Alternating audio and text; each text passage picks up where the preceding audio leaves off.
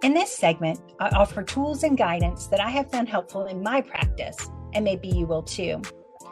This week, we will work on living the whole self through self-acceptance.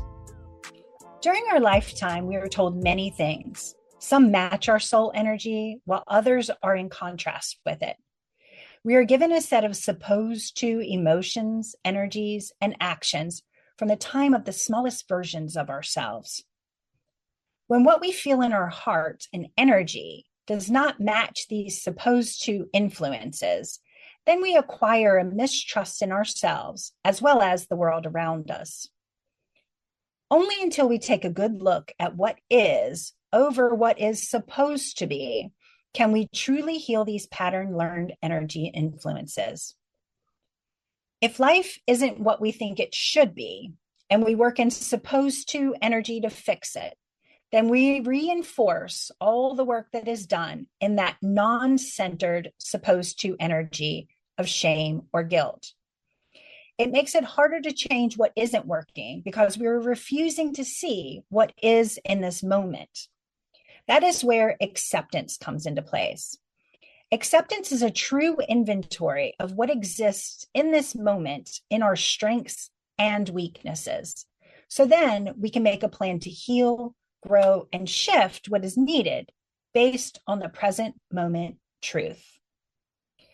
The key to acceptance is to recognize what is and isn't working without judgment and stop pretending that what we don't like doesn't exist or that it will magically resolve itself.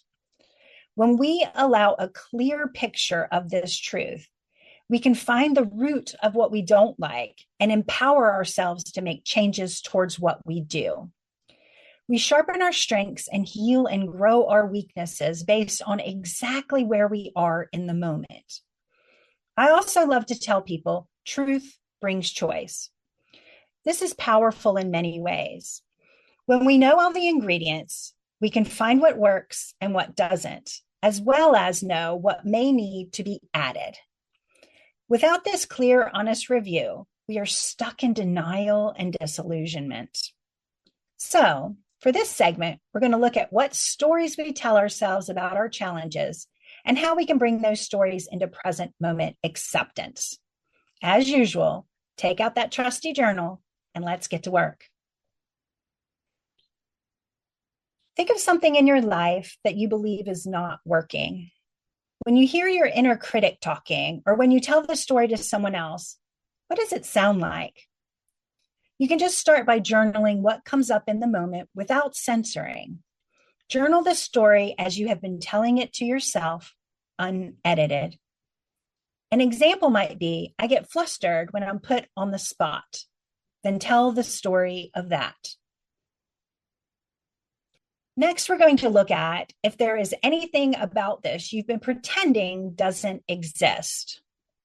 Are you hiding it from yourself, omitting it to create a false sense of comfort?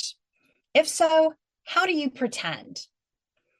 Be honest and open with yourself in spaces where you may sense denial or disillusionment. Journal what parts you may not be looking at with acceptance and love. To continue our example, your answer might be, I pass my flustered reaction off as tired, scatterbrained, or insult myself to pass over it. Then tell the story of that. Next, what story from your past or supposed to expectations might be keeping you from acknowledging the true story?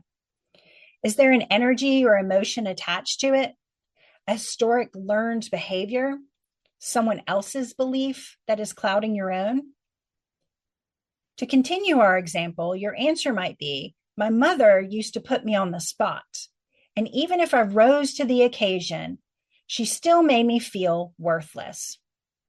Then tell the story of that. What is the truth about this situation in this moment? If you move into acceptance, what solution can you see that can help you make a change? How can you feel whole while still addressing the work at hand? To continue our example, your answer may be, In acknowledging this is a tendency, I'm going to accept this as my current truth. I do indeed get flustered when put on the spot. So, to help myself change this pattern, I will write a blanket statement or phrase that I can say when feeling put on the spot, like, "Thank you for asking. I am unsure right now of the answer, but can I get back to you with it tomorrow?" Then I can feel more empowered and energetically grounded in the moment, which will change the energy patterns and learned behavior when reinforcing it over a period of time.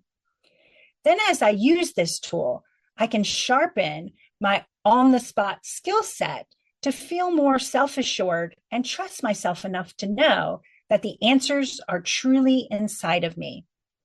It was the shame and fear that was covering them up. You can use this exercise for any number of things, but as I usually recommend, try with the small things first and then build into some of your greater challenges. By normalizing acceptance of what is in this moment, it brings your energy back to present moment mindset and wholeness. May you be well. May you find peace. May you feel blessed. And may you be whole.